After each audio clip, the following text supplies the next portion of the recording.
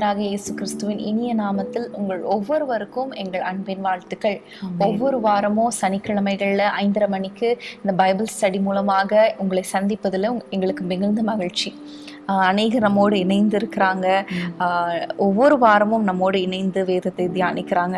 நிச்சயமாகவே வேதத்தை நேசிக்கிறவர்களுக்கு மிகுந்த சமாதானம் உண்டு, அவர்களுக்கு இடரல் இல்லை என்ற வசனத்தின்படி ஆண்டவர் உங்கள் குடும்பங்கள்ல சமாதானத்தையும் ஐஸ்வர்யத்தையும் ஆசீர்வாதத்தையும் தருவார் என்பதுல ஒரு சந்தேகமும் இல்லை.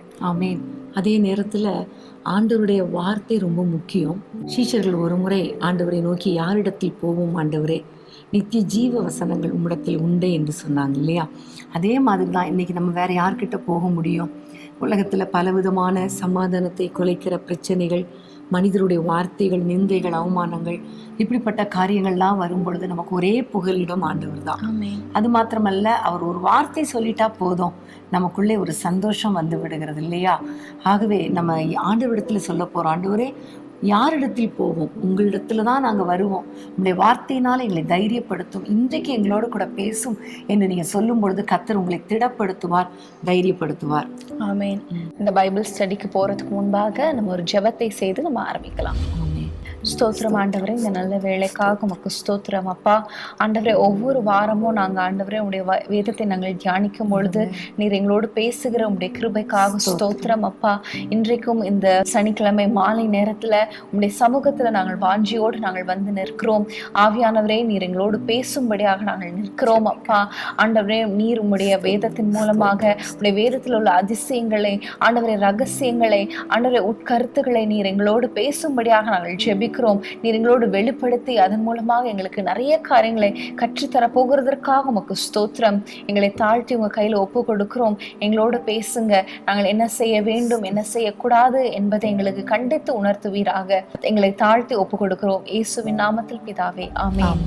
பெரிய மாணவர்களே, இன்றைக்கு நம்ம என்ன தியானிக்க போகிறோம் என்றால், லூக்கா 22ஆம் அதிகாரத்திலிருந்து நம்ம தியானிக்க போகிறோம். அதுல இருந்து ஒரு காரியத்தை நம்ம தியானிக்க போகிறோம். லூக்கா 22ஆம் அதிகாரத்துல நம்ம எல்லாருக்கும் தெரியும், அது ஆண்டவருடைய சிலுவைக்கு முன்பதாக என்னெல்லாம் நடந்தது என்பதை தான் அதுல குறிப்பிடப்பட்டிருக்கும். ஸோ நம்ம அதுல இருந்து நம்ம வாசிக்கலாம். 1ஆம் வசனத்துல இருந்து நம்ம வாசிக்கலாம். பஸ்கா எனப்பட்ட புளிப்பில்லாத அப்ப பண்டிகை சமீபமாயிற்று. அப்பொழுது பிரதான ஆசாரியரும் வேத பாரகரும் அவரை கொலை செய்யும்படி யோசித்து ஜனங்களுக்கு பயப்பட்டபடியினால் எவ்விதமாய் அப்படி செய்யலாம் என்று வகை தேடினார்கள். அப்பொழுது 12 ஒருவனாகிய ஸ்காரியோத் என்னும் மறுபெயர் கொண்ட யூதாசுக்குள் சாத்தான் புகுந்தான். அதாவது ஆண்டவராகிய இயேசு கிறிஸ்துவை எப்படி கொலை செய்வது என்று சொல்லி யூதர்கள் எல்லாம் வகை தேடி கொண்டு இருக்கும் பொழுது ஆண்டவர் கூடவே இருந்த அந்த யூதாஸ் ஸ்காரியோத்துக்குள்ள அந்த சாத்தான் புகுந்தான் என்று நம்ம பார்க்கிறோம். வேதத்துல கூட நம்ம பார்க்கிறோம், சாத்தான் எவர்களை விழுங்கலாம் என்று வகை தேடி சுற்றி திரிகிறான். அப்படிதான் இதுலயும் நம்ம பார்க்கிறோம். பிரதான ஆசாரியர், வேத பாரகர், அப்புறம் யூத ஜனங்கள் எல்லாரும் ஆண்டவரை எப்படி கொலை செய்யலாம் என்று சொல்லி வகை தேடி கொண்டிருந்தாங்க. அப்பொழுது சாத்தான் வந்து யூதாஸ் காரியத்துக்குள்ளாக நுழைகிறத நம்ம பார்க்கிறோம். யூதாசுக்குள் சாத்தான் புகுந்தான் அப்படிங்கிற ஒரு வேர்டு வருது. இது முதல் வசனத்தை பார்க்கும் பொழுது ரொம்ப ஆச்சரியமா இருக்கிறது. பஸ்கா என்னப்பட்ட புளிப்பில்லா அப்ப பண்டிகை சமீபமாயிற்று. சீஷர்கள் எல்லாரும் ஆண்டவரோடு கூட இணைந்து இந்த ஒரு பண்டிகை கொண்டாடுகிற ஒரு நேரம், அதுவும் புளிப்பில்லா அப்ப பண்டிகை. புளிப்பு அப்படின்னு சொல்லும் பொழுதே வேதத்தில் எபேசியர்ல சொல்லப்பட்டிருக்கிறது, துர்க்குணம், பொல்லாப்பு என்கிற புளிப்புள்ள அப்பத்தோட அல்ல, உண்மை, நல்ல ஒரு குணங்கள், அப்படிப்பட்ட பரிசுத்தமான புளிப்பில்லா அப்பத்தோட பண்டிகையை கொண்டாடணும்னு சொல்லப்பட்டிருக்கிறது. ஸோ புளிப்பு அப்படின்னா மாவு புளிப்புன்னு நினைக்கக்கூடாது, குணங்கள்ல இருக்கிற தேவையில்லாத சுபாவங்கள். அப்போ ஆண்டவர் வந்து சீஷர்களை பரிசுத்தப்படுத்தி நல்லா அப்படியே அவர்களுக்கு நிறைய டீச்சிங் கொடுத்து அப்படியே கர்த்தர் கொண்டு வரும் பொழுது அழகாக அவர்களை கொண்டு வந்து அந்த புளிப்பில்லா அப்ப பண்டிகை கொண்டாடுகிற அந்த சமயத்துல யூதாசுக்குள்ள ஒரு சாத்தான் புகுந்து விட்டான் என்று நம்ம பார்க்கிறோம். ஸோ நிறைய நேரங்கள்ல நம்ம ஆண்டவருக்காக வாழணும், பரிசுத்தமா வாழணும், எப்படியாவது கர்த்தருக்காக ஒரு வைராக்கியமா வாழணும்னு நம்ம நினைக்கும் போதுதான் அநேக நேரங்கள்ல சாத்தான் உள்ளே புகுந்து விடுகிறார். ஸோ ரொம்ப ஜாக்கிரதையா இருக்கணும். அநேகர் சொல்றதை நான் கேட்டிருக்கிறேன், என்னைக்கு நான் ரொம்ப ஜெபிக்கிறனோ அன்னைக்கு தான் எனக்குள்ளே சாத்தான் வந்துடுறான் என்னைக்கு நான் கோவப்படக்கூடாதுன்னு நினைக்கிறேனோ அன்னைக்கு தான் சாத்தான் கோபத்தை உண்டாக்குறான். அது கேட்டிருக்கேன்னு நினைக்கிறேன். நம்ம வாழ்க்கையில கூட சில சமயங்கள்ல அப்படிதான். நம்ம அதை உண்மையிலே அதை மறுக்க முடியாத ஒரு உண்மை. ஸோ எந்தெந்த நேரத்துலலாம் நம்ம பரிசுத்தமாக வாழணும், கத்தருக்காக வாழணும், பண்டிகை கொண்டாடணும், நல்லா சந்தோஷமா இருக்கணும், கத்தருக்குள்ள இருக்கணும் அப்படி நினைக்கிறோமோ அப்பொழுதெல்லாம் சாத்தான் உள்ள நுழைவதற்கு வாய்ப்புகள் இருக்கிறது. நம்ம கூட ஆண்டவருக்குள்ள நம்ம தீர்மானங்களை எடுக்கும் பொழுது அந்த தீர்மானத்தை நிறைவேற்ற விடாதபடிக்கு தான் சந்தர்ப்பங்கள், சூழ்நிலைகள் எல்லாமே நம்மளுக்கு வந்து சோதனையா அமையும்.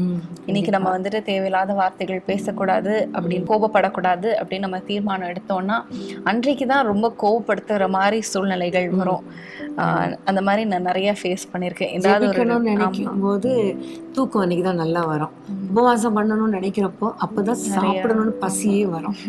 அந்த மாதிரி. ஏன்னா இதெல்லாம் சாத்தானுடைய கிரியைகள். சிம்பிள் காரியம்தான். ஆனால் உள்ள நுழைஞ்சிட்டான்னா நம்ம ஆண்டவருக்கு இடம் கொடுக்காம போயிடுவோங்கிறதுக்காக அவன் இப்படி நம்மளை அப்படியே நம்ம டைவர்ட் பண்ணுறதை நம்ம பார்க்கிறோம்.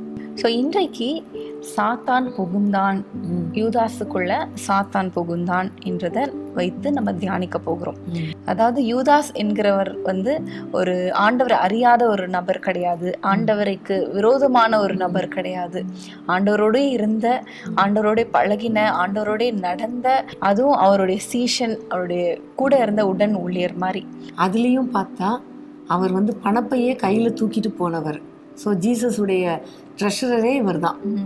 அப்போ எவ்வளோ க்ளோஸாக இருந்திருப்பாரு. அந்த சூழ்நிலையிலும் அவ்வளோ ஒரு முக்கியமான ஒரு நபர், அவர்கிடத்துலையும் ஒரு வேலை ஒரு விசுவாசி, ஆண்டவரிடத்துல விசுவாசம் வைத்த ஒரு நபருக்குள்ள சாத்தான் புகுந்து இப்படிப்பட்ட காரியங்களை செய்தான் என்றால் ஓகே அப்படின்னு நம்ம எடுத்துக்கொள்ளலாம். ஆனால் ஆண்டவரோடே இருந்து ஆண்டவரோடவே நம்ம வாழ்ந்த ஒரு யூதாஸுக்குள்ள, ஒரு நபருக்குள்ள சாத்தான் உட்புக முடியுமானால் நம்ம இடத்துலையும் சாத்தான் புகுற அவர் ரொம்ப அதிகமாக வகை தேடிக்கொண்டே இருப்பான். ஸோ அந்த சாத்தான் எந்தெந்த விதத்தில் உட்புகுகிறான், அதை நம்ம எப்படி நம்ம எதிர்த்து நிற்க போகிறோம், அதை எப்படி நம்ம வந்து டேக்கிள் பண்ணி அதிலிருந்து நம்ம எப்படி ஒரு விக்டரி எடுக்க போகிறோம் என்பதுதான் இன்னைக்கான பைபிள் ஸ்டடி. ஆமென். ஏன்னா டே டு டே லைஃப்பில் ப்ராக்டிக்கலாக பார்க்கும்போது சாத்தானுடைய கிரியைகளை அறிந்து கொள்ளணும், அதை எதிர்த்து நிற்கணும் என்பது மிக மிக முக்கியமான காரியம். ஸோ எப்படி ஆண்டவருடைய பிள்ளைகளுக்குள்ள கிரியை செய்கிறாங்கிறத நம்ம பார்க்கலாம். முதல்ல வேதத்தில் நம்ம பார்க்கும் பொழுது சாத்தான் புகுந்தான் அப்படின்னா, ஆதாம் ஏவாள் காலத்தில் அந்த விருட்சத்தின் கனியை புசிக்கக்கூடாது என்று சொல்லி ஆண்டவர் சொல்லும் பொழுது ஏவாளை வஞ்சிக்க அந்த சர்ப்பமானது கிரியை செய்தது என்று நம்ம பார்க்கிறோம். சர்ப்பமானது தந்திரமுள்ளதாய் உள்ள நுழைந்தது பார்க்கிறோம். ஏதேன் தோட்டத்துக்குள்ள நுழைந்து ஏவாளுக்குள்ள நுழைந்ததை நம்ம பார்க்கிறோம். ஸோ சாத்தான் தந்திரம் உள்ளவன். ஸோ நம்ம வாழ்க்கையில் கூட நிறைய தந்திரமாக நமக்கு தெரியாது, ஓகே இது வந்து சாத்தானுடைய கிரியை அப்படின்னு தெரியாது, பார்க்க பளபளப்பாக இருந்திருக்கும் அந்த பழம். நம்ம சண்டே ஸ்கூல்லலாம் பாடுவோம், பளபளப்பாக இருந்தது அந்த பழம். ஸோ அதை பார்த்த உடனே ஏவாளுக்கு வந்து ஆசை வந்துருச்சு அப்படின்லாம் சொல்லி. ஸோ பார்க்கும்போது அதை டக்கு நம்ம பார்க்கும்போது அது ஒரு வேளை அது சாத்தானுடைய கிரியையாய் நிறைய நேரங்களில் தெரியாது. ஆனாலும் அதில் நம்ம ஜாக்கிரதையாக இருக்கணும். இந்த நேரத்தில் நம்ம வந்து ரொம்ப கேர்ஃபுல்லாக பார்க்கணும். ஏன் ஏவாள் இடத்துல உள்ள நுழைந்தான்னு சொல்லும்பொழுது ஏவாள் கொஞ்சம் இடம் கொடுத்துட்டா. ஏன்னா பைபிளில் இருக்கு, பிசாசுக்கு இடம் கொடாமல் இருங்கள் என்று சொல்லி. அவன் வந்து ஃபஸ்ட்டு பேசும்போதே அப்பாலே போ சாத்தானேன்னு சொல்லியிருக்கலாம். லூக்கா 4ஆம் அதிகாரத்துலேயும் இயேசுவினிடத்துல சாத்தான் வந்தான். ஃபஸ்ட்டு இதே மாதிரி தான் சாப்பாடை வச்சு தான் காண்பித்து ஒரு சோதனை உண்டாக்கினான். எப்படி ஏவாள் இடத்துல இந்த பழத்தை சாப்பிடுன்னு சொன்னானோ அதே மாதிரி ஆண்டவரிடத்துல சொல்லும்போது இந்த கல்லுகளை அப்பமாகும்படி செய்யுங்கன்னு சொல்லும்பொழுது ஆண்டவர் வசனத்தை வைத்து அவனை துரத்திட்டார். இங்கேயும் ஏவாள் என்ன செஞ்சிருக்கலாம், இல்லை ஆண்டவர் எங்களுக்கு இப்படி சொல்லி இருக்கிறார், புசிக்க கூடாதுன்னு சொல்லி இருக்கிறார், நான் புசிக்க மாட்டேன் என்று சொல்லி இருந்தா அவன் ஓடி போயிருப்பான். ஆனா அவள் வந்து ஆண்டவருடைய வார்த்தையை நம்பல, ஆண்டவருக்கு கீழ்ப்படியல, பிசாசோடு உறவாட ஆரம்பித்தாள். அவளுடைய கான்வர்சேஷன் பார்த்தா ரொம்ப நேரம் போயிட்டு இருக்குது. அப்போ உண்மையிலே நிறைய நேரங்கள்ல பிசாசு நம்மோடு கூட நம்முடைய மூளையில, நம்முடைய எண்ணங்கள்ல பல விதங்கள்ல பல எண்ணங்களை விதைப்பான். ஃபர்ஸ்ட் கொண்டு வரும்போது சிந்தனையில தான் வருவான். ஸோ சிந்தனையில வந்து அதுக்கப்புறம் அது கண்களின் வழியாக வந்து அப்புறம் ஒவ்வொரு அவயவங்களும் அவனுக்கு கீழ்ப்பற்றும். ஸோ சிந்தனையில வரும் பொழுதே அவனை எதிர்கொள்ள நம்ம வந்து கண்டிப்பா தைரியம் உடையவர்களா இருக்கணும். ஒரு எண்ணமுடையவர்களா இருக்கணும். நீங்க பார்க்கும் பொழுது ஏவாளுக்குள்ள ஒரு இச்சை வந்தது, அந்த பழத்தின் மேல ஒரு இச்சை, ஒரு ஆசை, ஒரு வாஞ்சை வந்ததுனால அதன் மூலமாக சாத்தான் உட்புகுந்தான் அவங்க வாழ்க்கையிலன்னு பார்க்கிறோம். ஸோ இன்றைக்கு கூட நம்ம வாழ்க்கையில நிறைய இச்சைகள், மனிதர்கள் ஒரு பக்கம், சில பழக்க வழக்கங்கள், இப்படி பலவிதமான இச்சைகள்னால அந்த உலக ஆசைகள், ஆடம்பரங்கள் மேல நம்ம ஆசைகளை வைக்கும் பொழுது சாத்தான் உட்புகிற நம்ம வழி வகுக்கிறோம். நம்மளே வந்து we are opening doors for Satan இல்லையா? ரொம்ப கேர்ஃபுல்லாக இருக்கணும். சாத்தான் எந்த நேரத்தில் வருவான்னு தெரியாது. ஸோ நம்ம ரொம்ப ஜாக்கிரதையாக இருக்கணும். மனிதர்களிடத்துல கூட ரொம்ப ஜாக்கிரதையாக இருக்கணும். ஸ்டார்டிங்கில் நல்லா அன்பாக பேசுகிறாங்க, நல்லா கவுன்சிலிங் கொடுக்குறாங்க, அவங்கக்கிட்ட பேசினா ரொம்ப ஆறுதலாக இருக்குது, அவங்க ரொம்ப கேரிங்காக இருக்கிறாங்க, ரொம்ப வந்துட்டு அண்டர்ஸ்டாண்டிங்காக இருக்கிறாங்க அப்படின்னு சொல்லி, not only the opposite gender, நம்ம ஓன் த சேம் ஜெண்டருக்குள்ளேயே கூட நம்ம பழகும் பொழுது அதில் நம்ம கேர்ஃபுல்லாக இருக்கணும். இவங்க ஆண்டவரை பற்றி பேசுகிறாங்களா, நம்ம நல்ல ஆலோசனை கொடுக்குறாங்களா, எப்படி தீய ஆலோசனை கொடுக்குறாங்களா என்பதெல்லாம் நம்ம ஜாக்கிரதையாக நம்ம அறிந்து நம்ம செயல்படணும். ஆமாம், கண்டிப்பாக. ஏன்னா இந்த உலகத்தில் நிறைய மனிதர்களை சாத்தான் ஏவி அனுப்புகிறான், தந்திரமாக அனுப்புகிறான். ஸோ ஒரு கட்டத்தில் நல்லா தான் இருக்கும், ஒரு கட்டத்தில் போகும்பொழுது ரொம்ப ஓவராக அவங்க உள்ள புகுந்து பலவிதமான குழப்பங்கள், போராட்டங்கள், குடும்ப பிரச்சனைகளுக்கு அவர்களே காரணமாகி விடுகிறாங்க. ஸோ எப்பொழுதுமே நம்ம வந்து ஆண்டவரிடத்துல ஒரு விழிப்புள்ளவர்களாய், ஆண்டவரே இது நீங்கள் அனுப்புனவங்களா, இந்த ஆலோசனை உங்களிடத்துலேருந்து வருதா அப்படிங்கிறதை கேட்டு ஜெபித்து நம்ம அதை உணர்ந்து கொள்ளணும். ஏவாளுக்குள்ள இடம் கொடுத்ததுக்கு காரணம் முதல்ல வந்து சாத்தான் தந்திரம் உள்ளவன், அடுத்ததாக சாத்தான் வந்து இவளோட பேசி பேசி பேசி பேசியே நிறைய உள்ள வந்து நிறைய காரியங்களை செஞ்சுட்டான். ஆண்டவருடைய வார்த்தைக்கு அவள் கீழ்ப்படுகிறதுக்கு பதிலாக பிசாசோட வார்த்தைக்கு கீழ்ப்படிஞ்சு தன்னை விட்டு கொடுத்துட்டாள் நம்ம பார்த்தோம். இப்போ நம்ம பைபிளில் நம்ம தொடர்ந்து பார்க்கும் பொழுது பிசாசு உட்புகுந்த இன்னொரு மனிதன் யாருன்னு பார்த்தா ஏவாளுடைய சந்ததியிலே வந்த காயின். அப்போ காயினுக்குள்ள உள்ள நுழைவதற்கு காரணம் என்ன? பிசாசு நுழைவதற்கு பொறாமை. பொறாமை நாவி காரணமா இருந்தது. ஆபேலோட காணிக்கைகளை ஆண்டவர் அங்கீகரித்தார், தன்னுடைய காணிக்கைகளை ஆண்டவர் அங்கீகரிக்கல என்ற ஒரு கோபத்தினால, அந்த ஒரு பொறாமையினால, அந்த மூர்க்க வெறியினால அவன் கொலை செய்தான். அது அந்த அந்த பொறாமையினால சாத்தான் அவனுக்குள்ளாக நுழைந்து அந்த பாவத்தை செய்யும்படி அவனை தூண்டிவிட்டதாக நம்ம பார்க்கிறோம். பகுதியில் பார்க்கும் பொழுது 2 பேருமே காணிக்கை கொண்டு வந்தாங்க, இல்லைன்னு சொல்லலை. பட் ஆபேலுடைய காணிக்கையை பார்க்கும் பொழுது முதல் தரமானது, பெஸ்ட்டு, அப்புறம் கொழுமையானது, அதாவது ஃபஸ்ட்டு கொழுமையானது, அதாவது பெஸ்ட்டு. அப்போ அவன் வந்து பெஸ்ட்டையும் ஃபஸ்ட்டையும் கொண்டு வந்து கொடுக்குறான். அதனால ஆண்டவர் வந்து அவனை காணிக்கைகளை அங்கீகரிக்கிறார். ஆனால் இவனுடைய காணிக்கையை பார்க்கும் பொழுது சிலவற்றைன்னு இருக்கும், சம்திங் ஏதோ கொடுக்கணுமேனு கொஞ்சம் கொண்டு வந்து கொடுத்ததை நம்ம பார்க்குறோம். இன்றைக்கி கூட நம்முடைய வாழ்க்கையில் நம்ம கையில் இருக்கிறது முக்கியம் கிடையாது, ஆனால் நம்ம கொடுக்கறது எப்படி கொடுக்குறோம்? முதல் தரமானதை கொடுக்குறோமா, பெஸ்ட்டு கொடுக்குறோமா? டைம் கூட பார்க்கும்போது ஃபஸ்ட்டு டைம் ஆண்டவருக்கு கொடுக்கணும். நம்முடைய பெஸ்ட்டு டைம் ஆண்டவருக்கு கொடுக்கும்போது ஆண்டவர் நம்மை ஆசீர்வதிப்பார். அப்படிதான் அவனுடைய நோக்கத்தை புரிந்து கொண்டு காணிக்கை அங்கீகரித்த உடனே இவனுக்கு பொறாமை வந்தது. உண்மையிலே பொறாமையை நம்ம எப்படி பார்த்தோம்னா முகநாடி மாறுபட்டதுன்னு பைபிளில் இருக்கு. அப்போ நிறைய நேரங்களில் மற்றவர்களை கர்த்தர் ஆசீர்வதிக்கும் பொழுது ஒரு சிலருடைய முகநாடியே மாறி போயிடும். பார்த்துருக்கீங்க, வீடை கட்டிட்டு இருக்காங்கன்னா அவங்க சொல்லுவாங்க, நான் கூட இதை விட பெரிய வீடு கட்டியிருக்கலாம், ஆனால் வேணான்னு தான் இது போதும்னு சின்ன வீடாக கட்டினேம்பாங்க. கார், ஒரு பெரிய கார் யாராவது வாங்கிட்டா சொல்லுவாங்க, நான் கூட இதை விட பெரிய கார் வாங்கியிருப்பேன், ஆனால் இப்போதைக்கு இது போதும்னு விட்டுட்டேம்பாங்க. ஸோ அவங்களுக்கு இவ்வளோ பெரிய வீடு கட்டுறாங்களே, இவ்வளோ பெரிய ஆசீர்வாதத்தை கர்த்தர் கொடுத்துருக்கிறாருன்னு கர்த்தரை துதிக்கவும் மாட்டாங்க, அவங்கள என்கரேஜ் பண்ணவும் மாட்டாங்க, முகத்திலே தெரியும். இன்னும் நிறைய பேர் குடும்பங்கள்ல அவங்க வீட்டில் எப்படி இருக்கு, நம்ம வீடு எப்படி இருக்கு, அவங்களுக்கு இது இருக்கு நம்மளுக்கு இல்லை அப்படின்னு சொல்லி அந்த பொறாமையினால அந்த ஃபேமிலிஸ்குள்ள சண்டை போடுகிறதும் நம்ம பார்த்துருக்கோம் நிறைய இடங்கள்ல.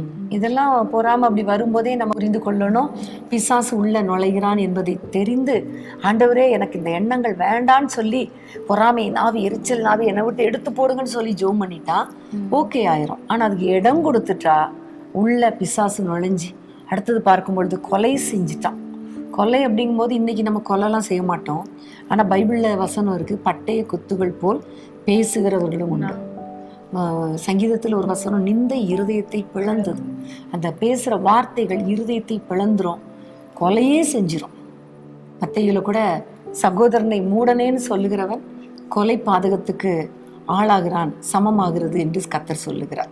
யாக்கோபுல இந்த நெருப்பு சிறிய அவயமா இருந்தும் ஆயுள் சக்கரத்தையே கொளுத்தி விடுகிறது என்று நம்ம பார்க்கிறோம். அதாவது லைஃபே எடுத்துருது அப்படின்றது தான் மீனிங் இல்லையா? ஆமா, ரொம்ப கேர்ஃபுல்லா இருக்கணும். ஸோ பிசாசுக்கு நம்ம ஆரம்பத்திலேயே இடம் கொடுத்துடக்கூடாது. சின்ன எண்ணங்கள், சில சமயங்கள்ல பெருமை கூட வரலாம், பொறாமை மாதிரி பெருமை கூட வரலாம். நேபுகாத் நேச்சாருக்குள்ள பெருமை வந்துச்சு. பெருமை வந்த உடனே மனுஷனிடத்திலிருந்து அவர் கீழே தள்ளப்பட்டார்னு சொல்லப்பட்டு இருக்கிறது. ஸோ அப்படிப்பட்ட சூழ்நிலைகள் வரும்பொழுது சாத்தானுக்கு இடம் கொடுக்காமல் நம்மளை தாழ்த்தணும். நம்ம தேவனுக்கு முன்பாக தாழ்மைப்படுங்கள் அப்படின்னு ஆண்டவர் சொல்லுகிறார். கர்த்தருக்கு முன்பாக நம்மை தாழ்த்தணும், பொறாமை எரிச்சல் வேண்டான்னு ஜெபம் பண்ணணும். அப்போ சாத்தான் நம்மை விட்டு ஓடி போவான். ஆமென். இப்பொழுது நீங்க பெருமைன்னு சொல்லும் பொழுது சீமோனை குறித்து நம்ம பார்க்கிறோம். அந்த அபிஷேகத்தை அவன் பணத்தினால பெற்றுக்கொள்ளலாம் என்று நினைத்தான். அதாவது இவங்களெல்லாம் இப்படி பெறாங்களே, இப்படி ஒரு அபிஷேகத்தை பெறாங்களே, இவ்வளோ மக்கள் கூடி வராங்களே, இவ்வளோ ஒரு பெரிய பயங்கரமான காரியம் நடக்குதே என்று சொல்லி அந்த வரத்தை, அந்த அபிஷேக வரத்தை அவன் பணத்தினால வாங்கி கொள்ளலாம் என்று அவன் யோசிச்சதை நம்ம பார்க்கிறோம். ஸோ அங்கே வந்து ஒரு பெருமை, அங்கே பெருமை நாவி கிரியை செய்து, நம்மளும் அவ்வளோ பெரிய மனிதன் ஆகணும், நம்மளும் பெரிய அற்புதங்களை செய்யணும், நம்மளை தேடி மக்கள் வரணும் என்றது தான் அவனுடைய நோக்கமாக இருந்தது. நிறைய நேரங்களில் ஃபேமஸ் ஆகணும் அப்படிங்கிற ஒரு எண்ணம் வந்தாலே சாத்தான் உள்ள நுழைஞ்சிருவான். ஸோ அதுலேயே நம்ம ரொம்ப கேர்ஃபுல்லாக இருக்கணும். அடுத்ததாக இன்னும் நம்ம வேதத்தில் நிறைய பேருக்குள்ள சாத்தான் புகுந்ததை நம்ம பார்க்கிறோம். அதிலும் அப்போஸ்தல நடபடிகளில் பார்த்தா ஒரு குடும்பத்துக்குள்ள சாத்தான் புகுந்தான். அது யாருன்னா அனனியா சப்பீராள். அவங்களுக்குள்ள அந்த சாத்தான் புகுவதற்கு முக்கிய காரணம் பண ஆசை. ஸோ பண ஆசை எல்லா தீமைக்கும் வேறா இருக்கிறது நம்ம பார்க்கிறோம். ஸோ தீமைனாலே சாத்தான் இடத்திலிருந்து வருகிறது தான் தீமை. தீமையான எல்லா காரியங்களும் சாத்தான் இடத்திலிருந்து வருகிறது. நன்மையான எல்லா காரியங்களும் ஆண்டவர் இடத்திலிருந்து, பரத்திலிருந்து புறப்பட்டு வருகிறது என்று நம்ம பார்க்கிறோம். ஸோ தீமையான காரியங்கள், அதாவது பண ஆசை சாத்தான் இடத்துல வந்து வரும்பொழுது அந்த அனனியா சப்பீராள் வந்து அவங்க வந்து அதுக்கு இடம் கொடுத்துட்டாங்க, அந்த பண ஆசைக்கு. அதே போலதான் பழைய ஏற்பாட்டில் நம்ம பார்க்கிறோம் கேயாசி என்ற அந்த ஊழியக்காரன், எலியாவுடைய 2 மடங்கு வல்லமையோடைய எலிசாவுடைய வேலைக்காரனாகி கேயாசி. எலிசாவுக்கு 2 மடங்குனா இவருக்கு கண்டிப்பா ஒரு 4 மடங்கு ஆண்டவர் கொடுக்கறதுக்கு அவர் வல்லவராக இருந்திருப்பார், அவர் வாஞ்சிருந்தா. ஆனா அவருடைய கண்கள் எல்லாம் அந்த பணத்தின் மேல, அந்த ஆஸ்திகள் மேல இருந்ததுனால அவர் ஊழியத்தையே இழந்து போயிட்டார் என்று நம்ம பார்க்கிறோம். அதே மாதிரிதான் அனனியா சப்பீராளை குறித்து சொல்லும் பொழுது பண ஆசை உள்ள வந்த உடனே அடுத்தது அவங்களுக்குள்ள வந்தது பொய். அப்போ பைபிள்ல பேதுரு சொல்லுகிறாரு அப்போஸ்தலர் நடபடிகள்ல, நீ பரிசுத்த ஆவியானவரிடத்திலே பொய் சொல்வதற்கு சாத்தான் உன் இருதயத்தை நிரப்பினது என்ன? ஸோ பண ஆசை வந்த உடனே அடுத்தது அப்படியே சாத்தான் உள்ள நுழைஞ்சு பொய் சொல்றதுக்கு வைக்கிறான். முடிவு பார்க்கும்போது அவங்க லைஃபே போயிடுச்சு. அப்பவே உண்மை சொல்லியிருந்தா, ஆமா வித்தோம், கொஞ்சம் எங்களுக்கு எடுத்து வச்சிருக்கிறோம் எங்களுடைய லைஃபுக்குன்னு சொல்லியிருந்தா யாரும் ஒன்றும் கேட்க போறது இல்லை. ஏன்னா அது அவங்களுடைய பணம். ஆனா உண்மை சொல்லாம பொய் சொல்லி பரிசுத்தாவியானிடத்துல மறைத்ததுனால, சாத்தான் உட்புகுந்ததுனால கடைசியில டோட்டலா அவங்களுடைய லைஃபும் போச்சு, சொன்ன மாதிரி ஊழியமும் போச்சு. ஆமா. ஸோ இன்னைக்கு நம்ம தியானித்த எல்லாத்துலேயுமே ஒரு காரியம் காமனாக இருந்தது. ஏவாளை குறித்து பார்க்கும் பொழுது அவங்களும் பிசாசுக்கு இடம் கொடுத்தாங்க. அந்த இச்சையின் ஆவி அவங்க கூட கிரியை செய்ய அவங்க இடம் கொடுத்தாங்க.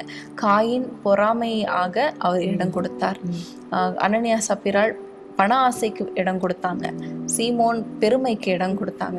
ஸோ நம்ம கையில தான் இருக்கு சாத்தானுக்கு நம்ம இடம் கொடுக்கறதும் இடம் கொடுக்காததும். அவங்க நம்ம ஐடென்டிஃபை பண்ணணும் இல்லையா? முதலாவது நம்ம ஐடென்டிஃபை பண்ணணும், இது சாத்தானுடைய கிரியை, இது சாத்தான் இடத்திலிருந்து வருகிறது, இது ஆண்டவர் இடத்திலிருந்து வரல. இந்த எண்ணங்கள், இந்த ஆசைகள் இதெல்லாம் ஆண்டவருக்கு அடுத்த காரியங்களா இருக்கிறதா? இது பக்தி விருத்தியை உண்டாக்குகிற காரியங்களா இருக்கிறதா? இல்லை பக்தியை குலைக்கிற காரியங்களா இருக்கிறதா?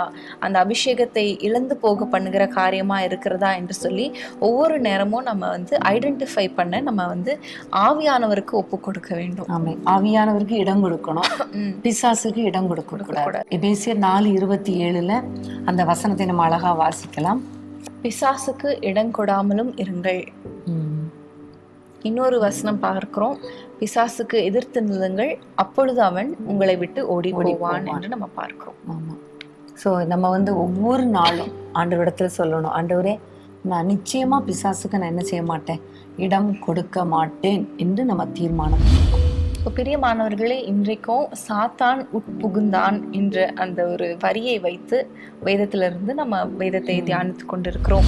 சாத்தான் வந்து யூதாஸ் காரியத்துக்குள்ள பஸ்கா பண்டிகையின் அந்த நாட்கள்ல உட்புகுந்தான் என்று நம்ம வாசித்தோம்.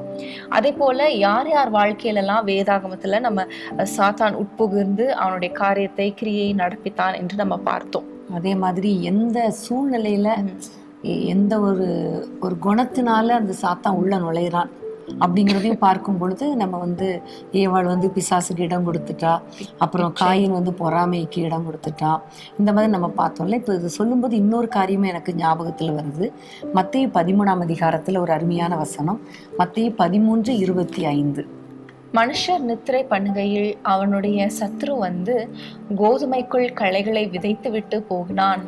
மனுஷர் நித்திரை பண்ணும்போது சாத்தான் வந்து உள்ள நுழைஞ்சி தேவையில்லாத களைகளை உள்ளத்துக்குள்ள விதைத்து விட்டு போகிறார் என்பதுதான் இதோடைய அர்த்தம். உண்மையிலே நிறைய பேர் பார்த்தா ஒரு வேலையும் செய்யாம தூங்கிட்டே இருப்பாங்க. தூங்கி எழும்பி அப்புறம் அதுக்கப்புறம் பார்த்தா அவங்களுக்கு தேவையில்லாத பேச்சு பேசி, தேவையில்லாத சண்டை இழுத்து, ஒரு வேலையும் செய்யாம, பணம் இல்லை அதனால கோவப்பட்டு, இப்படி நிறைய பிரச்சனைகள் குடும்பத்துக்குள்ள வருகிறத நம்ம பார்க்கிறோம். ஜெபிக்க வேண்டிய நேரத்துல நம்ம தூங்கிட்டா அப்பவும் சாத்தான் உள்ள நுழைகிறான். இது நமக்கு நல்ல அடையாளம். பேதுருவை பார்த்து ஆண்டவர் 1 மணி நேரமாவது விழித்திருந்து ஜெபி என்று கூட்டிட்டு போன பொழுது அவன் தூங்கிட்டான். அப்ப ஆண்டவர் எவ்வளவோ சொல்லி பார்க்கிறார், மாம்சம் பலவீனம் உள்ளதுதான், ஆவி உற்சாகம் உள்ளது, எழும்புப்பா, எனக்கு ரொம்ப துக்கம் இருக்கு, அதனால நீ தூங்காத, ஜெபம் பண்ணுன்னு சொல்றாரு. ஆனா அவன் தூங்கிட்டான். அதன் விளைவாகத்தான் அவனுக்குள்ள சாத்தான் புகுந்து அவன் வந்து அந்த வேலைக்காரனை கத்தியை வச்சு வெட்டுனா, அப்புறம் ஆண்டவரை விட்டு ஒரு டிஸ்டன்ஸ் கீப் அப் பண்ணா, தூரமா போனா, அப்புறம் அவிசுவாசிகளோட ஐக்கியமாகி மறுதளிச்சிட்டான். ஸோ இந்த மாதிரி காரியங்கள்லாம் வருவதற்கு காரணம் இந்த சாத்தானுக்கு அவன் இடம் கொடுத்துட்டான். எப்படி இடம் கொடுத்துட்டான்னா தூங்கிட்டான். ஸோ நிறைய நேரங்கள்ல ஜெபிக்க வேண்டிய நேரத்துல நம்ம தூங்குறோமா? ஒன்றை புரிந்து கொள்ளுங்க, சத்துரு உள்ள வந்து களைகளை விதைச்சிட்டு போயிடுவான். களைகள் வந்தாச்சுன்னா நமக்குள்ள நல்ல தாட் வராது, நல்ல எண்ணங்கள் வராது. ஸோ ஜெபிக்க வேண்டிய நேரத்தில் தூங்குறதும், வேலை செய்ய வேண்டிய நேரத்தில் தூங்குறதும் சாத்தானுக்கு நம்ம இடம் கொடுக்கறதா மாறிடுறோம். So idle mind is devil's workshop அப்படின்னு கூட நம்ம கேள்விப்படுகிறோம். முன்பு சொன்னது போல அந்த நித்திரை என்பது தூக்கத்துக்கு மாத்திரம் அடையாளம் அல்ல, ஆவிக்குரிய மரணத்துக்கு கூட அடையாளமாய் நம்ம பார்க்கிறோம். ஆவிக்குரிய வாழ்க்கையில அனலும் இல்லாம குளிரும் இல்லாம வெதுவெதுப்பா இருக்கிறது, இல்ல ஆவிக்குரிய அந்த அபிஷேகத்தை இழந்து போய் அப்படியே சோர்ந்து போய் பின்வாங்கின நிலைமைக்கும் இது குறிக்கிறதா இருக்கிறது. ஆவியானவருடைய அபிஷேகம் நமக்குள்ள கொழுந்து விட்டு எரிந்து கொண்டிருக்கும் பொழுது நம்ம எல்லாருக்குமே தெரியும், ஒரு இடத்துல வந்து அக்கினி ஜுவாலித்து எரிங்கிறது என்றால் அது பக்கத்துல எந்த ஒரு பூச்சோ ஒரு மிருகமோ வராது. மிருகங்களை கூட விரட்டுறதுக்கு அந்த தீப்பந்தங்களை வைத்துதான் விரட்டி அடிப்பாங்க நம்ம பார்க்கிறோம், நம்மளுக்கு தெரியும். சோ அந்த சாத்தானுடைய கிரியைகள், துஷ்ட காரியங்கள் எதுவும் வராம இருக்கிறதுக்கு அந்த அக்கினி அபிஷேகம் ரொம்ப இம்பார்ட்டன்ட். அந்த அபிஷேகத்தை நம்ம அவித்து போடும் பொழுது ஈஸியாக சாத்தான், துஷ்ட காரியங்கள், தேவையில்லாத சிந்தனைகள், தேவையில்லாத கேரக்டரிஸ்டிக்ஸ் நமக்குள்ள டெவலப் ஆகும். ஆவியானவர் நம்ம இடத்துல இருக்கும் பொழுது அவர் எல்லாவற்றையும் கண்டித்து உணர்த்துவார். அவர் இல்லாத போது யார் அங்க கண்டித்து உணர்த்து இருக்கிறாங்க இல்லையா? எப்பவுமே ஒரு கண்ட்ரோல்டு என்வாயர்மெண்ட்ல எல்லாமே பர்ஃபெக்டா இருக்கும் என்பது நம்ம எல்லாருக்கும் தெரியும். ஸோ ஆவியானவர் நம்மளை கண்ட்ரோல் பண்ணி அவர் நம்மளை நடத்துகிறவர். ஆவியானவர் இல்லாத போது ஒரு அன்கண்ட்ரோல்டு லைஃபை லீட் பண்றதுக்கு சாத்தானுக்கு இடம் கொடுத்து விடுகிறோம். இப்போ நம்ம வந்து அடுத்ததான் நம்ம பார்க்க போற காரியம் என்னன்னா, யூதாசுக்குள்ள அந்த 22ஆம் அதிகாரத்துல சாத்தான் புகுந்தான் இருக்கு. சாத்தான் புகுந்த உடனே இந்த யூதாசுடைய ஆக்டிவிட்டிஸ் எப்படி மாறிச்சுன்னு நம்ம பார்க்கும்பொழுது நமக்குள்ளேயும் இந்த மாதிரி சில குணங்கள் இருந்தா நம்ம புரிந்து கொள்ளலாம். பிசாசு நம்மக்கிட்ட வந்துட்டானோ, கேர்ஃபுல்லாக இருக்கணும், எதிர்த்து நிற்கணுங்கிற ஒரு அலர்ட் ஆண்டவர் நமக்கு கொடுக்க போகிறார். ஆமென். நம்ம இப்போ 4வது வசனத்தை நம்ம வாசிக்கலாம். அவன் பிரதான ஆசாரியர்கள் இடத்திலும் சேனை தலைவர்கள் இடத்திலும் போய் அவரை காட்டி கொடுக்கும் வகையை குறித்து அவர்களுடைய ஆலோசனை பண்ணினான். இந்த இடத்துல நம்ம பார்க்கும் பொழுது இவன் ஆண்டவருக்கு விரோதமான மனிதர்களோடு ஆலோசனை பண்ணுகிறதை நம்ம பார்க்கிறோம் இல்லையா? சாத்தா புகும் பொழுது நம்பர் 1 நம்ம என்ன செய்வோம் தெரியுமா? அவிசுவாசிகளோடு ஐக்கியம் அதிகமாக வந்துடும். ஆண்டவருக்கு விரோதமானவர்களோடு நமக்கு ரொம்ப க்ளோஸ்னஸ் வந்துடும். அவர்களோடு கூட ஆலோசனை பண்ணி எப்படி அவங்கள கவுக்கலாம், இவங்கள கவுக்கலாம், இந்த ஊழியக்காரருக்கு விரோதமாக எப்படி பேசலாம், தேவ பிள்ளைகளுக்கு விரோதமாக நம்ம என்னென்ன செய்யலாம், இப்படிப்பட்ட திட்டங்கள் நம்ம வாழ்க்கையில் வந்துடும். அப்படிப்பட்ட பேச்சுக்கள் நம்மக்கிட்ட வருதுனாலே புரிந்து கொள்ளணும் சாத்தான் உள்ள நுழைஞ்சிட்டான்னு அர்த்தம். இவன் பாருங்க, ஆண்டவர் எப்படி காட்டி கொடுக்கறதுன்னு அந்த வகையை குறித்து இவர் ஆலோசனை பண்றார். எவ்வளவு பயங்கரமான ஒரு காரியம் இல்லையா? ஆண்டவரோடு 3 வருடங்கள் இருந்தவர், அவரோடு கூட சாப்பிட்டவர், அவருடைய அற்புதங்களை எல்லாம் கண்ணார பார்த்தவர். ஆனால் பிசாசு உள்ள நுழைஞ்ச உடனே கண் மறைக்கப்பட்டு அவருக்கு விரோதமாகவே அவன் செயல்படுகிறதை பார்க்கிறோம். இன்னைக்கு நீங்க ரொம்ப கேர்ஃபுல்லா இருங்க. ஆண்டவருக்கு விரோதமா, ஆண்டவருடைய ஊழியக்காரர்களுக்கு விரோதமா நீங்க பேச ஆரம்பிச்சீங்கன்னா கண்டிப்பா புரிஞ்சுக்கோங்க, சாத்தா உள்ள வந்துட்டா என்பதை அறிந்து நீங்க கண்டிப்பா எதிர்த்து நிற்கணும். ஆமென். அடுத்ததாக நம்ம அடுத்த வசனத்தை வாசிப்போம். அவர்கள் சந்தோஷப்பட்டு அவனுக்கு பணம் கொடுக்க உடன்பட்டார்கள். நம்மளுடைய செல்வங்கள் எப்படி, எந்த சோர்ஸ்ல இருந்து வருகிறது, எப்படிப்பட்ட காரியங்கள் மூலமாக நமக்கு பணங்கள் வருகிறது என்பது நம்ம ஆராயணும். தவறான காரியங்கள்ல ஈடுபட்டு பணம் சம்பாதிக்கிறவங்க நிறைய பேர் இருக்கிறத நம்ம பார்க்கிறோம். ஸோ நம்ம ரொம்ப ஜாக்கிரதையா இருக்கணும். நீ சொன்னது மாதிரி பணம் எந்த வகையில வருதுங்கிறத குறித்து ரொம்ப எச்சரிக்கையா இருக்கணும். பிசாசு உள்ள நுழைஞ்சா எந்த விதத்திலையும் பணம் வரும், ஆனா அது ஆசீர்வாதமா இருக்காது. கடைசியில பார்த்தா அந்த பணத்தை கொண்டு போய் அவன் தூக்கி வீசுறான், கொண்டு போய் தேவாலயத்துல கொடுக்குறான். அவங்க சொல்றாங்க, அது ஓம் பாடு ஏன் பாடு எனக்கு தெரியாதுப்பா அப்படின்னு சொல்லிடுறாங்க. அதே மனிதர்கள் கடைசியில் அவன் தேவாலயத்துல கொண்டு போய் வீசிட்டு போயிடுறான். கடைசியில் அந்த பணம் அதை எடுத்து ஒரு மக்களெல்லாம் புதைக்கிற ஒரு இடத்த வாங்குறாங்க. அதுக்கு இரத்த நிலம்னே பெயர் வைக்கிறாங்க என்பது நம்ம எல்லாருக்கும் தெரியும். அதே போல அந்த கள்ள தராசுகள், இன்னொன்று பார்த்தோம்னா நிறைய ப்ராஃபிட்ஸ்க்காக அவங்க மக்களை வஞ்சிக்கிற காரியங்கள், ரொம்ப சூப்பர்ஃபிஷியலான ப்ராஃபிட்ஸ்க்காக மக்களை வஞ்சிக்கிற காரியங்கள் எல்லாம் இருக்கிறது. ஸோ நம்ம வியாபாரிகளாக இருக்கும் பொழுது நம்முடைய தராசுகள் எப்படி இருக்கிறது, நம்முடைய ப்ராஃபிட் மார்ஜின்ஸ் எப்படி இருக்கிறது என்பதெல்லாம் குறித்து நம்ம கேர்ஃபுல்லாக இருக்கணும். பிறருடைய பணம் எப்போவுமே நமக்கு தேவையில்லை. ஆமே. இப்படி வஞ்சித்து வைக்கிற பணத்தினால எந்த ஆசீர்வாதமும் கிடையாது. அது நம்முடைய பிள்ளைகளுக்கு, நம்முடைய தலைமுறைகளுக்கு சாபத்தை தான் கொண்டு வருமே தவிர ஆசீர்வாதத்தை கொண்டு வருவதில்லை. உண்மையிலே நம்ம பார்க்கும்பொழுது சகை அவன் சொல்றான், நான் உண்மையிலே அநியாயமா வட்டி வாங்கினேன், வரி வசூலித்தேன், அப்புறம் ஏழைகளுக்கு இடத்துல அநியாயமா நான் எல்லாத்தையும் வாங்கினேன் என்று சொல்லி ஆண்டவருடைய சமூகத்துல ஒப்பு கொடுத்த பொழுது அவனை பார்த்து ஆண்டவர் சொல்கிறார், இவன் ஆபிரகாமின் குமாரனா இருக்கிறானே.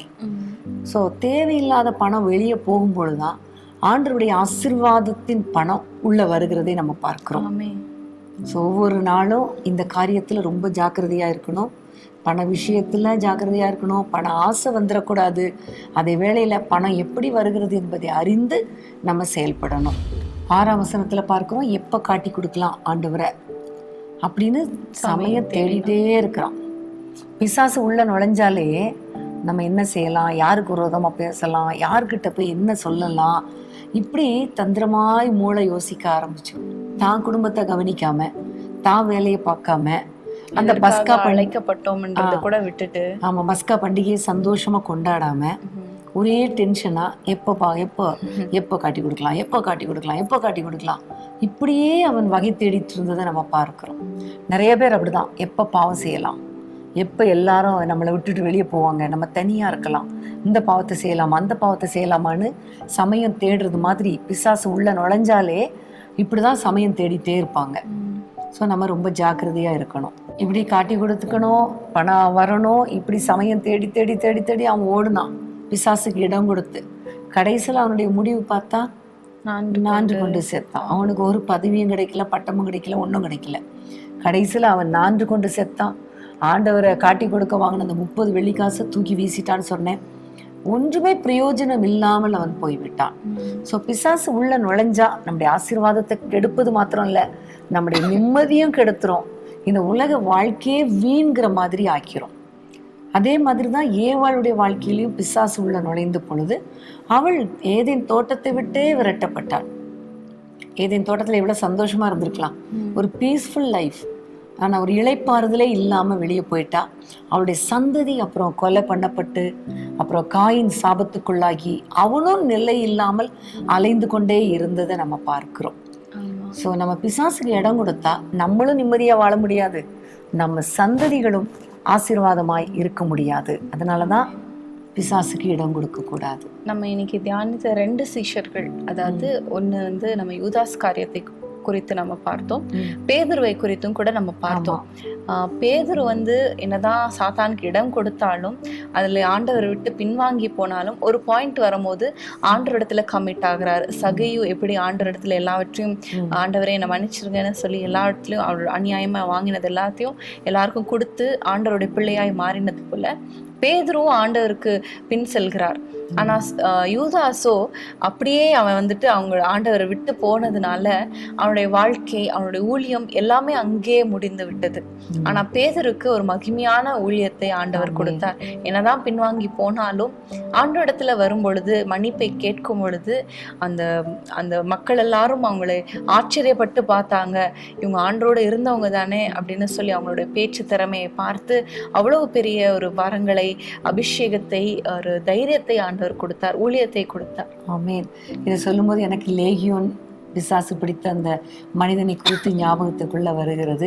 அந்த பிசாசு அவனுக்குள்ள இருந்த வரைக்கும் அவன் வந்து வஸ்திரம் தரிக்காமல் இருந்தான், அங்கங்க ஓடிட்டு இருந்தான், கல்லறைக்குள்ளே அவன் வாழ்ந்துட்டு இருந்தான், கல்லை எடுத்து தன்னைத்தானே காயப்படுத்தி கொண்டு இருந்தான். அப்போ பிசாசு உள்ள நுழையும் போது உண்மையிலே ஒரு ப்ராப்பர் ட்ரெஸ், அதாவது ரட்சிப்பின் வஸ்திரம் இல்லாமல் இருப்பாங்க. அப்புறம் கல்லறை தான் குடியிருப்புன்னு சொல்லும் பொழுது கல்லறைனாலே அருவருப்புன்னு அர்த்தம். அந்த அருவருப்புக்குள்ளே அவங்க வாழ்ந்துட்டு இருக்காங்க. கல்லுகளினாலே தன்னை காயப்படுத்தி கொண்டு இருந்தான், அதாவது தேவையில்லாமல் தன்னையே காயப்படுத்துறது. ஸோ இதெல்லாம் பிசாசுடைய பாவங்கள். ஆனால் அந்த லேகியோன் பிசாசை கர்த்தர் துரத்தின பொழுது அவன் வஸ்திரம் தரித்து கர்த்தருடைய பாதத்துல உட்கார்ந்துருந்தான். அவன் உட்கார்ந்துருக்கிறத பார்த்து ஊர்ல உள்ள அத்தனை ஜனங்களும் ஆச்சரியப்பட்டாங்களாம். எவ்வளோ அழகா உட்கார்ந்துருக்கிறான் என்று சொல்லி ஆச்சரியப்பட்டார்கள். அது மாத்திரமல்ல, அதே மனிதன் போய் தன்னுடைய மக்களுக்கு, தன்னுடைய ஊர்ல இருக்க அத்தனை பேருக்கும் இயேசுவை குறித்து சொல்லுகிறவனாக மாறினான். எப்படி பேதுரு அநேகருக்கு ஆண்டவரை பத்தி சொன்னாரோ அதே போல இவனும் மாறினான். ஸோ நம்ம வாழ்க்கையில பிசாசுக்கு இடம் கொடுக்காமல் பிசாசை துரத்துறதுக்கு ஆண்டவருக்கு இடம் கொடுக்கும் பொழுது கர்த்தர் நமக்கு அற்புதங்களை செய்வார். இழந்த ரட்சிப்பின் வஸ்திரத்தை கொடுப்பார், இழந்த மகிமையான ஊழியத்தை கொடுப்பார். எல்லாவற்றுக்கும் மேலாக மற்றவங்க பார்த்து ஆச்சரியப்படுற மாதிரி நம்ம உயர்த்தி வைப்பார். ஆமென். ஆனா பிசாசு பிடிச்சவங்களை பார்த்தா மக்கள் என்ன செய்வாங்க? ஓடிதான் போவாங்க, கேவலமா பேசுவாங்க, இல்லையா? பிரியமானவர்களே, இன்றைக்கும் நம்ம அநேக காரியங்களை குறித்து நம்ம தியானித்தோம். எப்படி யூதாஸ்குள்ள சாத்தான் உட்புகுந்தான் என்பதை குறித்து நம்ம பார்த்தோம். ஏவாளுக்குள்ள இச்சையினால புகுந்தான் என்பதை பார்த்தோம். பெருமை நாவியினால சீமோனுக்குள்ளாக, பண ஆசையினால் அனனியா சப்பிரால் கேயாசிக்குள்ளாக புகுந்தான்னு பார்த்தோம். இன்னும் மனிதர்கள் நித்திரை செய்யும் பொழுது, அபிஷேகத்தை இழக்கும் பொழுது சாத்தான் உட்புகுகிறான் என்று பார்த்தோம். இன்னும் பார்க்கும் பொழுது பேதுருவை குறித்து நம்ம தியானித்தோம். இன்றைக்கு நம்ம யூதாஸை போல இருக்கிறோமா, பேதுருவை போல இருக்கிறோமா என்பதை குறித்து நம்ம நிதானித்து நம்ம ஒரு டெசிஷன் எடுக்கணும். பிரியமானவர்களே, ஒருவேளை நீங்க கூட ஒரு பின்மாற்றத்துல சாத்தானுக்கு இடம் கொடுத்து ஒருவேளை நீங்க அமர்ந்து கொண்டிருக்கலாம், இல்ல முற்காலத்துல நீங்க இடம் கொடுத்திருக்கலாம். இன்றைக்கு நீங்க பேதுருவை போல ஆண்டவரிடத்துல வரும் பொழுது உங்களை அபிஷேகித்து திரும்பவும் உங்களுக்கு அந்த ஸ்தானத்தை தர வல்லவரா இருக்கிறார். நீங்க யூதாஸை போல அப்படியே இருந்து விடுகிற மனிதரை போல இருக்க போறீங்களா, இல்ல ஆண்டவரிடத்துல வந்து ரட்சிப்பை திரும்ப பெற்றுக்கொண்ட, ஊழியத்தை, ஸ்தானத்தை திரும்ப பெற்றுக்கொண்ட பேதுருவை போல இருக்க போறீங்களா என்பதை நீங்களே நிதானித்து தீர்மானித்துக் கொள்ளுங்க. தொடர்ந்து நம்ம வேதத்தை நம்ம தியானிக்கலாம். ஆனா அதற்கு முன்பதாக ஒரு சிறிய இடைவேளை.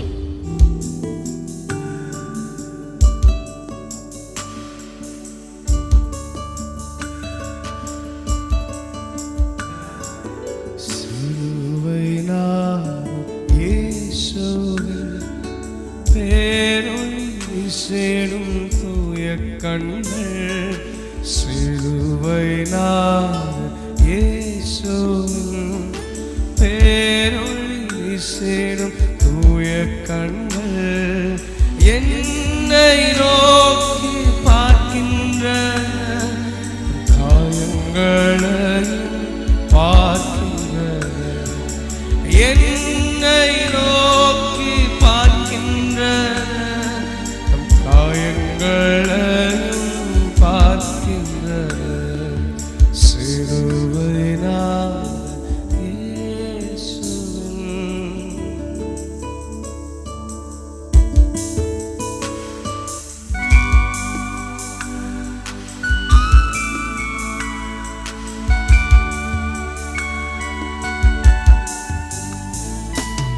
என் கையால் பாவங்கள் செய்திட்டார்.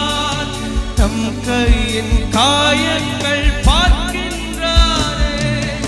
என் கையால் பாவங்கள் செய்திட்டார். தம் கையின் காயங்கள் பார்க்கின்றாரே. தீய வழியில் என் கால்கள் சென்றால் தம் காலின் காயங்கள் பார்க்கின்றாரே. தீய வழியில் என் கால்கள் சென்றால் தம் காலின் காயங்கள் பார்க்கின்றாரே. சிலுவை இயேசு பேரொளி வீசிடும் தூய கண்கள். சிலுவை இயேசுவின் பேரொளி வீசிடும் தூய கண்கள்.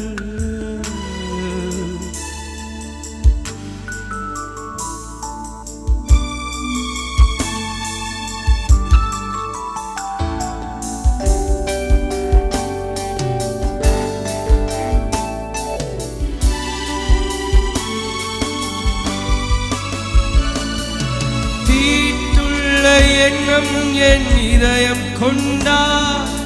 ஈட்டி பாய்ந்த நெஞ்சை நோக்குகின்றார். தீட்டுள்ள எண்ணம் என் இதயம் கொண்டார். ஈட்டி பாய்ந்த நெஞ்சை நோக்குகின்றார். வீண் பெருமை இடம் பெற்றார். உள்மூடி பார்த்தீர் ஏங்குகின்றார். வீண் பெருமை இடம் பெற்றார்.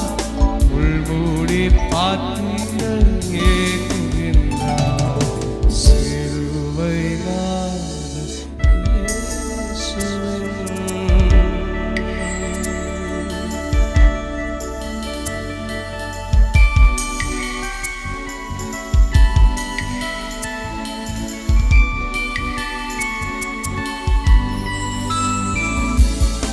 அவர் ரத்தம் என் பாவம் கழுவிடும். அவர் கண்ணீர் என்னை மெருகேற்றிடும். அவர் ரத்தம் என் பாவம் கழுவிடும். அவர் கண்ணீர் என்னை மெருகேற்றிடும். கலங்கரை விளக்காக ஒளி வீசுவே. கலங்குவோரை அவர் மந்தை சேர்த்து. கலங்கரை விளக்காக ஒளி வீசுவே. கலங்குவோரை அவர் மந்தை சேர்த்து. சிலுவை இயேசுவின் பேரொளி வீசிடும் தூய கண்கள். சிலுவை இயேசு பேரொளி வீசிடும் தூய கண்கள்.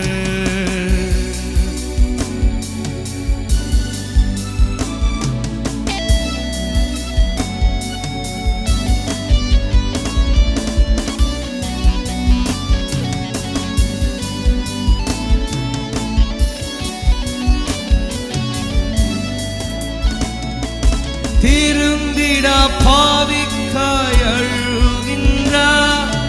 வருந்திடா பிள்ளைக்காய் கலங்குகின்றார். திருந்திடா பாவிக்காய் அழுகின்றார். வருந்திடா பிள்ளைக்காய் கலங்குகின்றார்.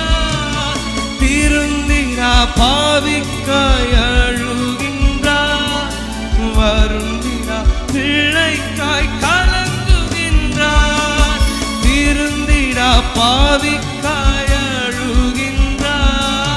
வருந்திடா பிள்ளைக்காய் கலங்குகின்றார். தம் கண்ணீர் காயத்தில் விழுந்திட கண்ணீரும் இரத்தமும் சிந்துகின்றார். தம் கண்ணீர் காயத்தில் விழுந்திட கண்ணீரும் இரத்தமும் சிலுவை இயேசு கண்கள் சிலுவை இயேசுவின் பேரை சேரும் தூய கண்கள் என்னை நோக்கி பார்க்கின்றன, நம் காயங்களையும் பார்க்கின்றன. பிரியமானவர்களே, மீண்டும் வேதமே மனமகிழ்ச்சியில் உங்களை நாங்கள் வரவேற்கிறோம். இன்றைக்கும் சாத்தான் எந்தெந்த சூழ்நிலைகளில் எந்தெந்த குணங்கள் மூலமாக நம்முடைய இருதயத்தில் உட்புகிறான் என்று குறித்து நம்ம பார்த்தோம். யூதாசை போல இருக்கக்கூடாது, பேதுருவை போல ஒரு கன்விக்ஷன் நமக்குள்ள இருக்க வேண்டும். ஆண்டவரிடத்துல நம்ம திரும்பும் பொழுது ஆண்டவர் நம்மை ஆசீர்வதிப்பார் என்று நம்ம தியானித்தோம். இப்பொழுது நம்ம பார்க்க போற முக்கியமான காரியம் என்னன்னா, இந்த பிசாசு உட்புகாமல் இருப்பதற்கு அல்லது உள்ள புகுந்தாலும் அவனை விரட்டுவதற்கு நம்ம என்ன செய்யணும், அந்த வேதத்தின் அடிப்படையில பிசாசை எப்படி நம்ம துரத்துவது என்பதை குறித்து நம்ம சில வசனங்களை பார்க்கலாம். முதல்ல நம்ம ஆல்ரெடி வாசித்தோம், பிசாசுக்கு இடம் கொடாமலும் இருங்கள். நம்ம இடம் கொடுத்தா அவன் வந்துருவான் என்பதை நம்ம ஃபுல்லாக தியானம் பண்ணோம். ஸோ ஒரு சந்தர்ப்பத்தில் கூட அவனுக்கு நீ இடமே கொடுக்கக்கூடாது. சில சமயங்களில் ஒரு சின்ன சண்டை வரும், ஒரு சின்ன வாக்குவாதம் வரும். அப்போவே நம்ம கட் பண்ணலன்னா அதுக்கப்புறம் பார்க்கும்போது ஒரு பெரிய பிரச்சனையாகி அப்புறம் சண்டை, கலகம், விரோதம், வைராக்கியம் இப்படி கண்டினியூவாக போக ஆரம்பிச்சிடும். ஸோ சின்ன காரியத்திலேயே நம்ம பிசாசுக்கு இடம் கொடுக்கக்கூடாது. 19ஆம் சங்கீதத்தில் பார்க்கும் பொழுது தன் பிழைகளை உணர்கிறவன் யாருன்னு தான் இருக்கும். ஸோ சின்ன மிஸ்டேக் தான் ஃபஸ்ட்டு நம்ம செய்வோம். ஆனால் அந்த மிஸ்டேக்கை நம்ம கவனிக்காமல் அப்படியே விட்டுட்டோம்னா அதுக்கப்புறம் மறைவான குற்றங்கள் வரும், அப்புறம் பெரும் பாதகம் வரும், துணிகரமான பாவம். இப்படி லைனாக அந்த 19ஆம் சங்கீதத்தை நீங்கள் வாசித்து பார்த்தீங்கன்னா தெரியும். லைனாக அதோடைய ரிசல்ட் கடைசியில் போய் அப்படி முடியும். ப்ராக்ரஸ். அதனால ரொம்ப கேர்ஃபுல்லாக இருக்கணும். எந்த நேரத்துலையும் பிசாசு உள்ள நுழையிறான்னு தெரிஞ்ச உடனே இயேசுவின் நாமத்தில் அப்பாலை போ சாத்தானேன்னு விரட்டிக்கும் பொழுது கண்டிப்பாக கர்த்தர் பெரிய காரியங்களை செய்வார். ஆமென். இப்போ இடம் கொடுக்க கூடாது என்பதை நம்ம ஃபர்ஸ்ட் பார்த்தோம். சிந்தையில் அது வரும் பொழுதே அந்த காரியங்கள், அந்த யோசனைகள், அந்த தேவையில்லாத வாஞ்சைகள், விருப்பங்கள் வரும் பொழுதே அதை நம்ம ஸ்டார்டிங்லேயே நம்ம கட் ஆஃப் பண்ண நம்ம முற்படணும். அடுத்ததாக நம்ம பார்க்கும் பொழுது எபேசியர் 6ஆம் அதிகாரம் 11ஆம் வசனத்தை நம்ம வாசிக்க கேட்போம். நீங்கள் பிசாசின் தந்திரங்களோடு எதிர்த்து நிற்க திராணி உள்ளவர்களாகும்படி தேவனுடைய சர்வாயுத வர்க்கத்தையும் தரித்து கொள்ளுங்கள். இந்த வசனத்துல பார்க்கிறோம், எதிர்த்து நிற்க திராணி உள்ளவர்களாகும்படி. இப்போ பிசாசுக்கு நம்ம எதிர்த்து நிற்கணும். இதுதான் யாக்கோபு 4ஆம் அதிகாரம் 7ஆம் வசனத்துல நம்ம வாசிக்கலாம். ஆகையால் தேவனுக்கு கீழ்ப்படைந்திருங்கள், பிசாசுக்கு எதிர்த்து நில்லுங்கள், அப்பொழுது அவன் உங்களை விட்டு ஓடி போவான். ஆமென். பிசாசுக்கு எதிர்த்து நில்லுங்கள், அப்பொழுது அவன் உங்களை விட்டு ஓடி போவான். ஸோ நம்முடைய சிந்தையில முதல்ல இடம் கொடுக்க கூடாது, ரெண்டாவது எதிர்த்து நிற்கணும். அந்த தாட்ஸ் வரும் பொழுதே, அந்த விருப்பங்கள் வரும் பொழுதே இயேசுவின் நாமத்தில் என்னுடைய சிந்தையை நான் ஆண்டவரிடத்துல கொடுக்கிறேன், ஆண்டவருக்குள்ளாக சிறைப்படுத்துகிறேன். இந்த பிசாசின் இச்சைகள், பெருமையான ஆவிகள், பொறாமையான ஆவிகள், பண ஆசைகள் எனக்கு வேண்டான்னு சொல்லி நம்ம ஆண்டவருடைய நாமத்தை சொல்லி அபிஷேகத்தில் நிரம்பி ஜெபிக்கும் பொழுது அந்த சாத்தான் நம்மை மேற்கொள்ள முடியாது. நம்ம எதிர்த்து நிற்க நம்ம முற்படணும். ஆமென். அப்போஸ்தலர் நடவடிக்கைகளில் பார்க்கும்போது இந்த சீமோன், அப்புறம் இன்னொரு எலிமா என்ற மனிதன், இவங்கெல்லாம் மாயவத்தைக்காரர்கள், இவங்கெல்லாம் பேதுருவ, பவுலெல்லாம் எதிர்த்து நிற்கும் பொழுது எப்பவுமே அந்த சத்துருவின் கிரியைகளை கடிந்து, அதாவது அந்த மனிதர்களை கடிந்து ஜெபித்ததை நம்ம பார்க்கிறோம், எதிர்த்து நின்றதை பார்க்கிறோம். ஸோ நம்முடைய வாழ்க்கையிலையும் இந்த பிசாசு நமக்குள்ளே வர்றதை அறிந்த உடனே எதிர்த்து நிற்கணும். அந்த எதிர்த்து நிற்பதற்கு முன்பாக அந்த யாக்கோபுல ஒரு அருமையான வசனம், தேவனுக்கு கீழ்ப்படிந்திருங்கள். ஏவாளுடைய வாழ்க்கையில கூட ஏன் அவளால் எதிர்த்து நிற்க முடியலன்னா ஆண்டவருக்கு கீழ்ப்படிய முடியல. ஆண்டவருக்கு கீழ்ப்படிந்தா ஆட்டோமேட்டிக்கா பிசாசுக்கு எதிர்த்து நிற்க முடியும். அதனால நம்ம ஆண்டவருக்கு கீழ்ப்படியணும், பிசாசுக்கு எதிர்த்து நிற்கணும். இன்னைக்கு நிறைய பேர் என்ன செய்யறாங்கன்னா ஆண்டவருக்கு கீழ்ப்படிய மாட்டாங்க, பிசாசுக்கு கீழ்ப்படிஞ்சிருவாங்க. ஸோ ரொம்ப கேர்ஃபுல்லாக இருக்கணும் இந்த காரியத்தில். திரும்பவும் மூணாவதாக பார்க்கும் பொழுது எபேசியர் 6:11 நம்ம திரும்ப வாசிக்கலாம். நீங்கள் பிசாசின் தந்திரங்களோடு எதிர்த்து நிற்க திராணி உள்ளவர்கள் ஆகும்படி தேவனுடைய சர்வாயுத வர்க்கத்தையும் தரித்து கொள்ளுங்கள். இந்த வசனத்துல நம்ம வாசிக்கிறது போல தேவனுடைய சர்வாயுத வர்க்கத்தையும் தரித்து கொள்ள வேண்டும். ஸோ நம்ம பிசாசை எதிர்த்து நிற்க வேண்டும் என்றால், அது சாத்தானோட நம்ம போர் செய்ய வேண்டும் என்றால் நம்ம கைகள்ல ஆயுதங்கள் ரொம்ப அவசியம். ஆயுதம் இல்லாம போருக்கு போனா நம்ம தோல்வி பெறுறது ரொம்ப நிச்சயம். ஸோ என்னென்ன ஆயுதங்கள் அப்படின்னு பார்க்கும் பொழுது, எபேசியர் 6ஆம் அதிகாரம் 12ஆம் வசனத்திலிருந்து நம்ம பார்க்கும் பொழுது, மாம்சத்தோடும் இரத்தத்தோடும் நமக்கு போராட்டம் இல்லை, பிரபஞ்சத்தின் அதிகாரங்களோடு துரைத்தனங்களோடு வானமண்டலத்தில் உள்ள பொல்லாத ஆவிகளுடன் சேனைகளோடு நமக்கு போராட்டம் உண்டு. ஆகையால் தீங்கு நாளிலே அவைகளை நீங்கள் எதிர்க்கவும் சகலத்தையும் செய்து முடித்தவர்களாய் நிற்கவும் திராணி உள்ளவர்களாகும்படிக்கு தேவனுடைய சர்வாயுத வர்க்கத்தையும் எடுத்துக்கொள்ளுங்கள். இங்கேயும் அதே நம்ம பார்க்கிறோம். அது என்னென்ன சர்வாயுத வர்க்கங்கள் என்று பார்க்கும் பொழுது தொடர்ந்து 14ஆம் வசனத்துல, சத்தியம் என்னும் கச்சை உங்களுக்கு அறையிலே கட்டியவர்களாயும், நீதி என்னும் மார்க்கவசம், சமாதானத்தின் சுவிசேஷத்திற்குரிய ஆயுதம் என்னும் பாதரட்சைகள், இப்படி விசுவாசம் என்னும் கேடகம், இரட்சண்யம் என்னும் தலைசீரா, தேவ வசனமாகிய ஆவியின் பட்டயம், இப்படி எல்லாவற்றையும் நம்ம அணிந்தவர்களாய் இருக்க வேண்டும். சத்தியத்தை எப்படி அறிந்து கொள்ள முடியும்? ஆண்டோடைய வசனத்தின் மூலமாக. நீதி என்னும் நம்ம நீதி உள்ளவர்களாய் நடக்க வேண்டும். அப்படி ஆண்டவருடைய விசுவாசம், ஆண்டவர் பேர்ல விசுவாசம் உடையவர்களாக இருக்கும் பொழுது அது நம்மளுக்கு ஒரு கேடகமாக, ஒரு ஒரு ஒரு ஷீல்டாக, பிசாசு நம்மளை அட்டாக் பண்ண முடியாத அளவுக்கு ஒரு ஷீல்டாக அது செயல்படுகிறது. இன்னும் அநேக காரியங்கள், வேத வசனமாகிய பட்டயம் என்பது சத்ருவை அழித்து போடுகிற ஒரு ஆயுதமாக, ரொம்ப ஒரு பவர்ஃபுல்லான ஒரு ஆயுதமாக இருக்கிறது. ஸோ இதெல்லாம் நம்ம தரித்து கொள்ளும் பொழுது சாத்தானை எதிர்த்து நிற்க நம் பலசாலிகளாய் மாறுகிறோம். ஆமென்.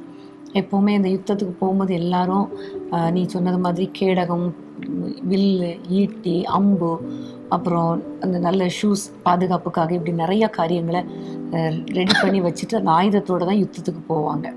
அப்போ வேதத்தில் பார்க்கிறோம், எங்கள் போராயுதங்கள் மாம்சத்துக்கு ஏதுவானவைகள் அல்ல. மாம்சத்துக்குரிய போராயுதங்கள் வந்து ஈட்டி, அம்பு, கத்தி, குத்துறது அந்த மாதிரி.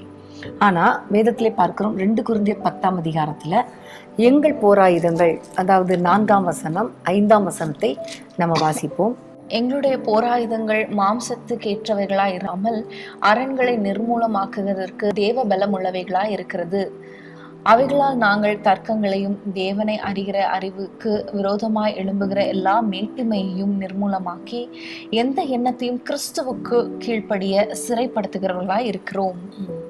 ஸோ இந்த ஆயுதங்கள் மாம்சத்தோடு இரத்தத்தோடு போராட்டம் கிடையாதுன்னு சொல்லிட்டாரு. ஸோ இந்த ஆயுதங்களை வச்சுட்டு மாம்சத்தோட இரத்தத்தோடும் போராட முடியாது.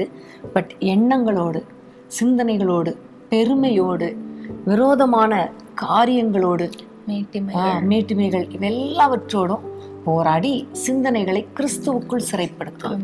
சிந்தனை தானே பிசாசுக்கு இடம் கொடுக்குது, சிந்தனையில தானே இடம் கொடுத்துடுறோம். ஸோ அந்த சிந்தனையை கிறிஸ்துவுக்கு இடம் கொடுக்க வச்சிருது.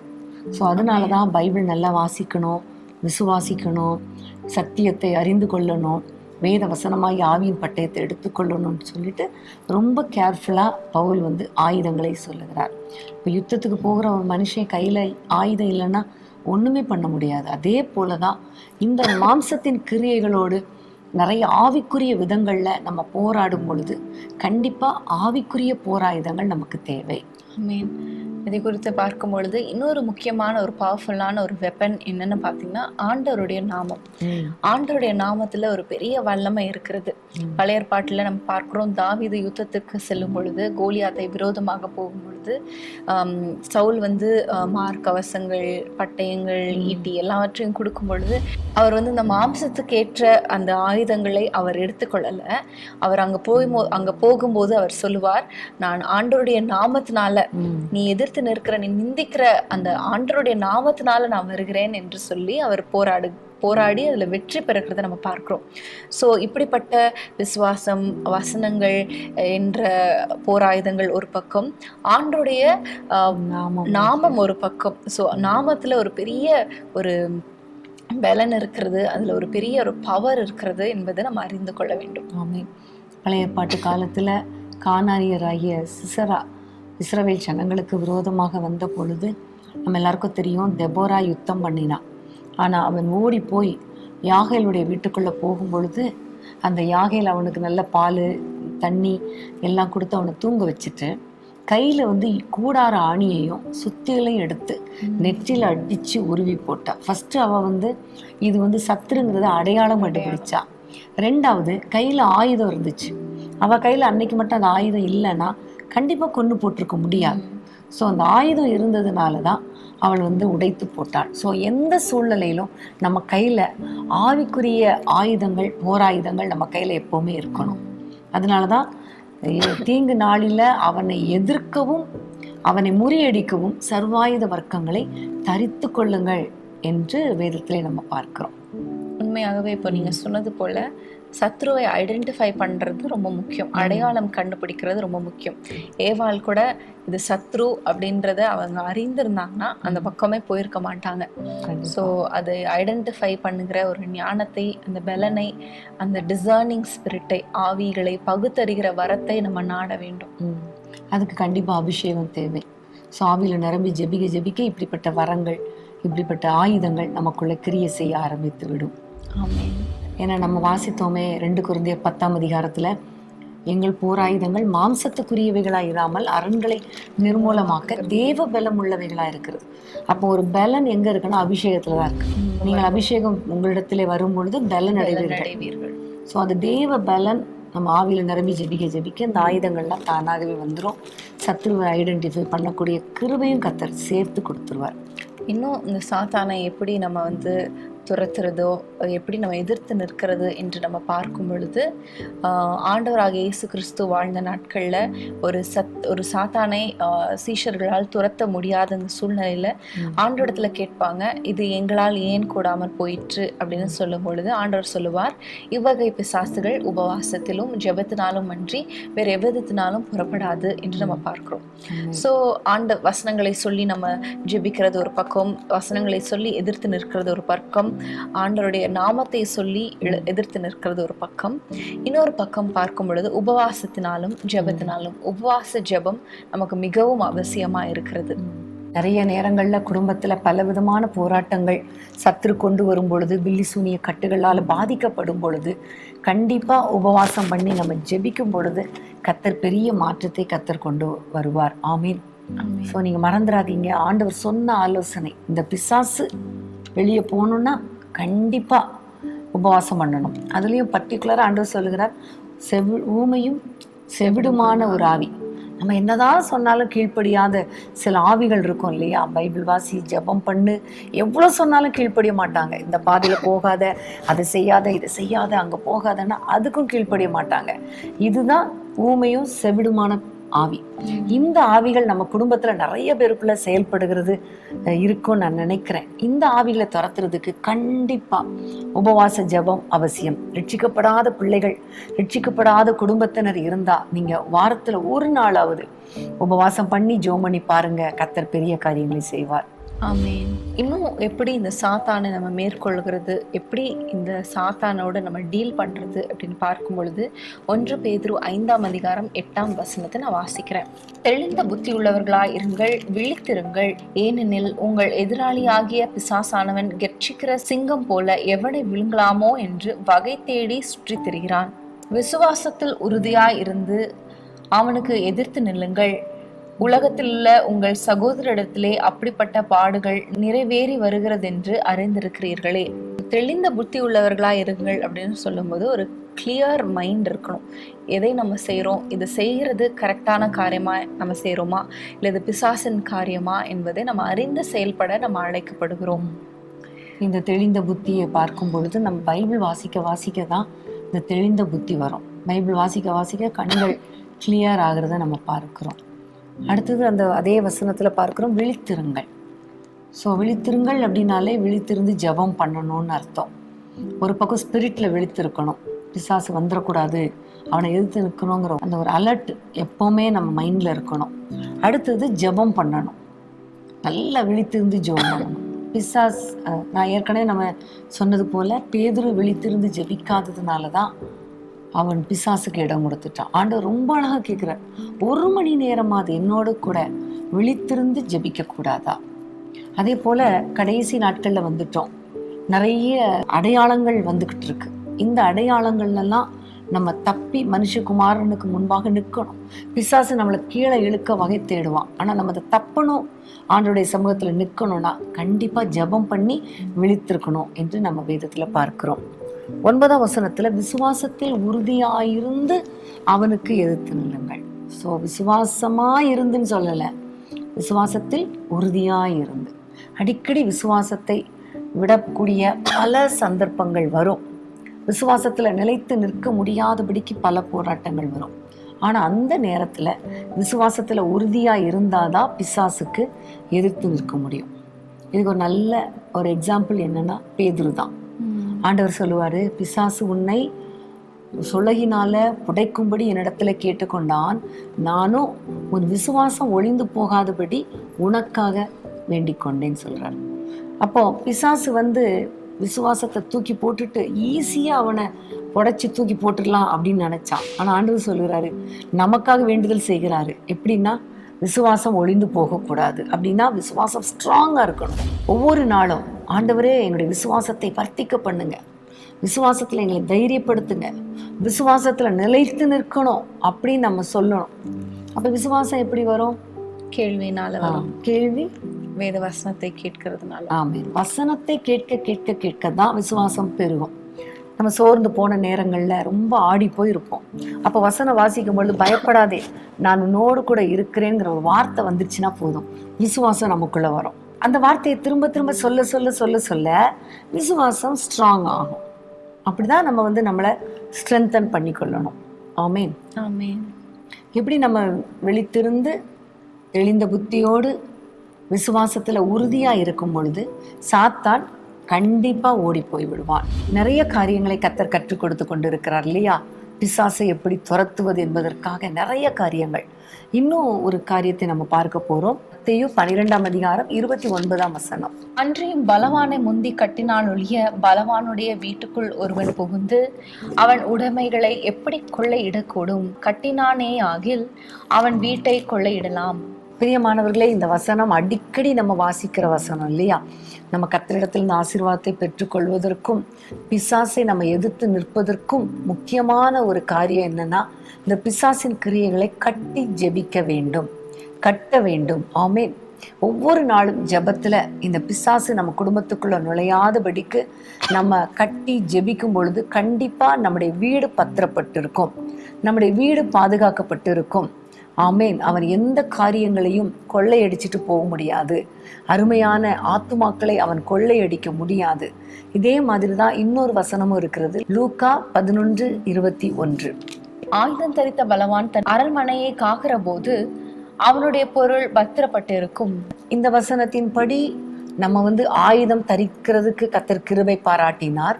அந்த ஆயுதம் தரிக்கிறவர்களாக மாத்திரமல்ல, நம்முடைய வீட்டுக்கு முன்பாக இருந்து பாதுகாக்கணும், நம்முடைய குடும்பத்துக்கு முன்பாக இருந்து பாதுகாக்கணும். பலவானை முந்தி கட்டணும், அவனுடைய கிரியைகளை அழிக்கணும்.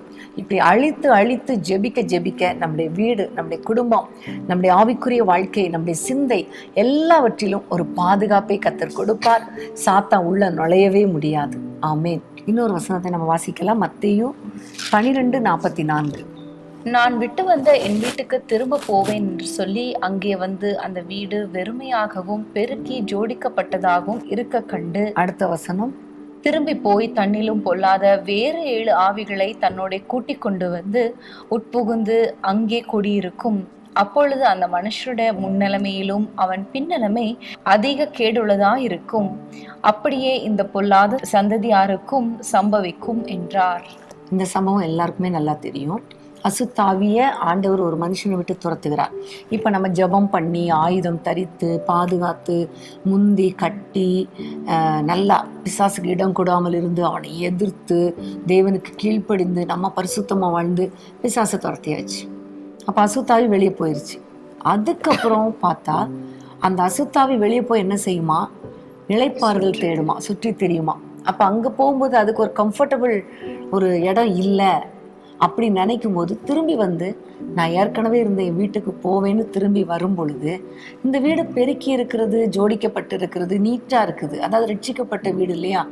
ஆனா அது வெறுமையா இருக்கிறதை கண்ட உடனே ரட்சிக்கப்பட்டதுனால உள்ள நுழைய முடியாது.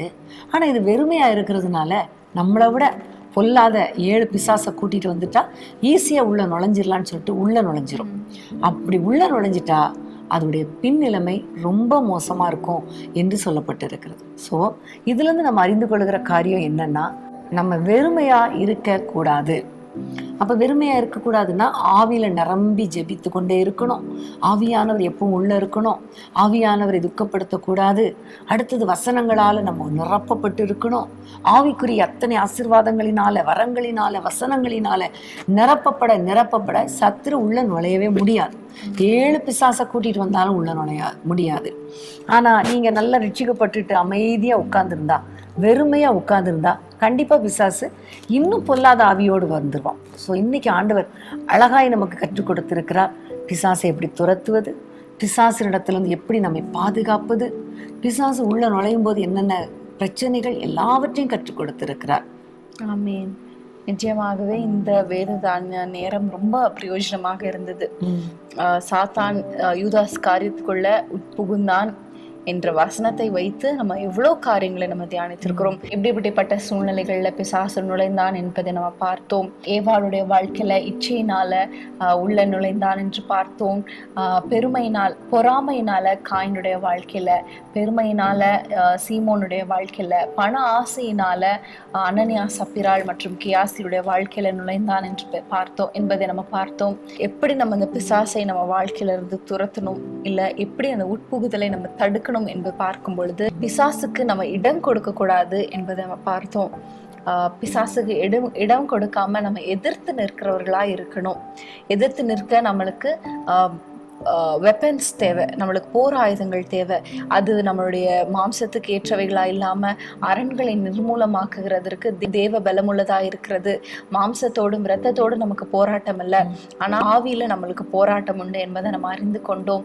ஸோ அந்த நம்மளுடைய ஆவிக்குரிய வாழ்க்கையை எக்யூப் பண்ணணும். அபிஷேகத்தினால நிரப்பப்பட்டிருக்கணும், வசனத்தினால நிரப்பப்பட்டிருக்கணும் என்பதெல்லாம் பார்த்தோம்.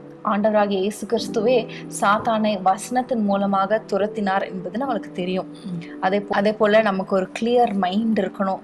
தெளிந்த புத்தியோடு விசுவாசத்தோடு நம்ம நடந்து கொள்ளணும் என்று நம்ம பார்த்தோம். அதே போல உபவாச ஜெபத்தினால பிசாசுகளை துரத்த முடியும் என்றதை நம்ம அறிந்து கொண்டோம். இன்னும் நம்ம பார்க்கும் பொழுது பலவானை முந்தி கட்டணும். அந்த ஆயுதம் அணிந்த பலவானை, நமக்கு விரோதமாக வருகிற அந்த பலவானை முந்தி கட்டும் பொழுது ஆவியானவர் நமக்கு விடுதலையை, வெற்றியை தருவார் என்பதை நம்ம அறிந்து கொண்டோம். அது மாத்திரமல்ல, வெறுமையா இருக்கிற சூழ்நிலைகள்ல சாத்தான் உட்புகிற வகை தேடுவான் என்பதை நம்ம அறிந்து கொண்டோம். தனிமையா இருக்கும் பொழுது வேத வசனங்களை வாசித்து ஆண்டவருக்குள்ள உங்களை நீங்கள் திடப்படுத்திக் கொள்ளுங்க. தனிமையான நேரங்கள்ல, அநேக நேரங்கள்ல சாத்தான் மனுஷர்கள் மூலமாக, தேவையில்லாத பழக்க வழக்கங்கள் மூலமாக நம் வாழ்க்கையில உட்புகிற வகை தேடுவான்.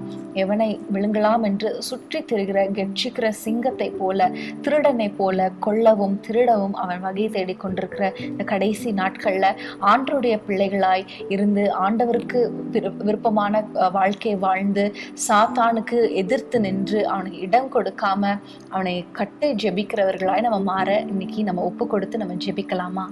உண்மைதான். கர்த்தருக்கு ஸ்தோத்திரம். நம்ம ஜெபிக்க போறோம். அதற்கு முன்பாக நான் ஒரு வாக்குத்தத்தத்தை உங்களுக்காக நான் வாசிக்க விரும்புகிறேன். சங்கீதம் 144:14.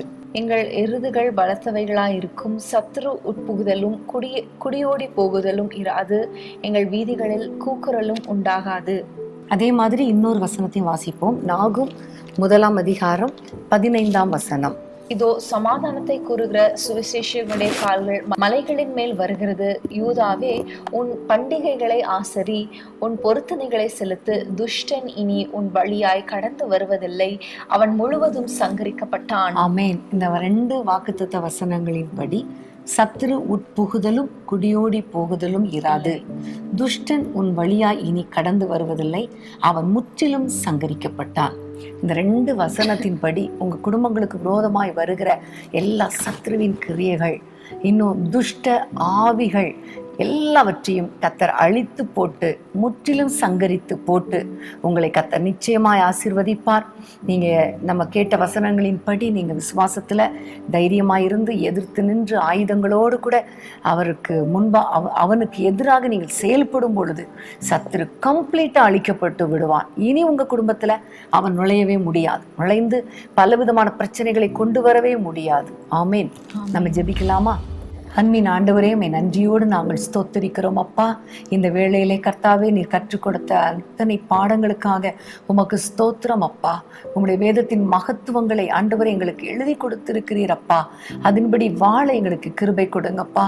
இன்றைக்கு பிசாசின் கிரியைகளை நாங்கள் அறிந்து கொள்ளவும், பிசாசு எப்படி ஒரு குடும்பத்துக்குள்ளே நுழைந்து ஆண்டவரே கிரியை செய்கிறான் என்பதை அறிந்து கொள்ள கர்த்தர் கொடுத்த கிருபைக்காக ஸ்தோத்திரம். அதை எதிர்த்து நிற்பதற்கு, அதை துரத்துவதற்கு ஆண்டவரே தேவையான ஆலோசனைகளையும் எங்கள் ஒவ்வொருவருக்கும் கொடுத்ததற்காக உமக்கு ஸ்தோத்திரம் அப்பா.